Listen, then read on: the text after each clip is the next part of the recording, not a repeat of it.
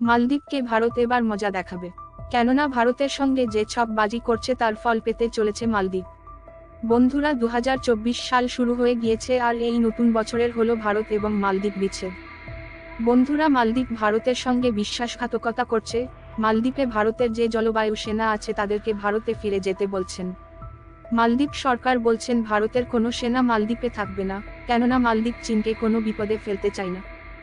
ভারত মালদ্বীপ ব্যবসা বাণিজ্য সবই ঠিক আছে, কিন্তু এবার মালদ্বীপ সরকার বলছেন আমরা ভারতের সেনাবাহিনী মালদ্বীপে থাকতে দেব না।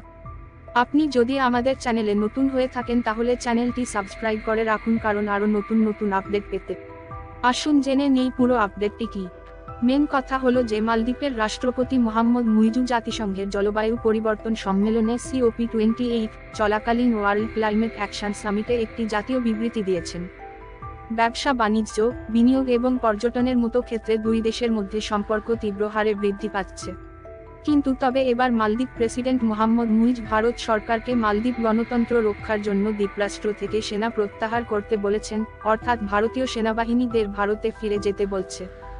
মালদ্বীপ সরকার বলেছেন যে ভারত যদি তার বাহিনী প্রত্যাহার না করে তবে এটি মালদ্বীপের জনগণের গণতান্ত্রিক ইচ্ছাকে অপেক্ষা করা এবং মালদ্বীপের গণতন্ত্রের ভবিষ্যৎকে হুমকির মুখে ফেলা হবে।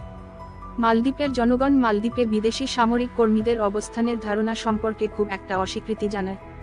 এই মুহূর্তে ভারতই মালদ্বীপে এমন উপস্থিতি বজায় রেখেছে। এই আদেশকে সম্মান করার জন্য মালদ্বীপ ভারতকে সামরিক কর্মীদের ফিরিয়ে দেওয়ার জন্য ফিরে যেতে বলছেন মালদ্বীপ সরকার। বন্ধুরা, ভারত থেকে মালদ্বীপে অনেক প্রোডাক্ট এক্সপোর্ট হয়, যেমন অটোমোবাইল পার্টস, ইলেকট্রনিক প্রোডাক্ট এবং আরও অনেক কিছু। কিন্তু মালদ্বীপ ভারতের সঙ্গে এমন ভারতের বিপক্ষে মালদ্বীপ বিশ্বাসঘাতকতা করছে কেন? মূল কথা হলো কারণ যদি ভারত অংশীদাররা মালদ্বীপের বিশাল সংখ্যাগরিষ্ঠ জনগণের ইচ্ছাকে অপেক্ষা করে, তাহলে মালদ্বীপের গণতন্ত্রের ভবিষ্যৎ হুমকির মুখে পড়বে, মালদ্বীপ সরকার বলছেন। মালদ্বীপ সরকার বলেন, সংসদের অনুমোদন ছাড়া ভারতীয়দের সেনাদের উপস্থিতি সংবিধানের বর্ণ ও চেতনার পরিপন্থী। ভারত আমাদের সবচেয়ে ঘনিষ্ঠ বন্ধুদের মধ্যে একটি ছিল। ব্যবসা বাণিজ্য, বিনিয়োগ এবং পর্যটনের মতো ক্ষেত্রে দুই দেশের মধ্যে সম্পর্ক তীব্র হারে বৃদ্ধি পাচ্ছে, এটি সত্য। এবং ভারতের সাথে দ্বিপাক্ষিক সম্পর্কের উপর জোর দিয়ে মালদ্বীপ জাতীয় প্রতিরক্ষা বাহিনী গড়ে তোলার প্রচেষ্টা সহ প্রতিরক্ষা সহযোগিতাকে সমর্থন করেছিলেন।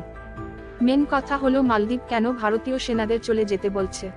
মালদ্বীপ সামুদ্রিক খাতে প্রতিরক্ষা সহযোগিতা দেশগুলির মধ্যে সহযোগিতার একটি দীর্ঘস্থায়ী ক্ষেত্র। মালদ্বীপ সরকার বলছেন ভারতের কোনো সেনা মালদ্বীপে থাকবে না, কেননা মালদ্বীপ চীনকে কোনো বিপদে ফেলতে চায় না। মালদ্বীপ এবার চীনের ফাঁদে পা দিয়ে ভারতের সঙ্গে বিশ্বাসঘাতকতা করছে, কেননা মালদ্বীপ সরকার চীনপন্থী ইমেজ সম্পর্কে বলেছেন মালদ্বীপ কোনো দেশের বিরোধী বা কোনো দেশের পন্থী হবে না।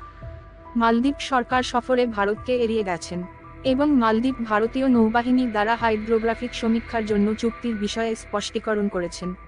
কিন্তু মালদ্বীপ সরকার বলছেন আপাতত যে ভারতের সাথে চুক্তি নবায়ন করছেন না, কারণ মালদ্বীপের নিজস্ব জাতীয় হাইড্রোগ্রাফি সংস্থা রয়েছে, তবে প্রয়োজনে বহিরাগত চীনের কাছ থেকে সহায়তা চাইব।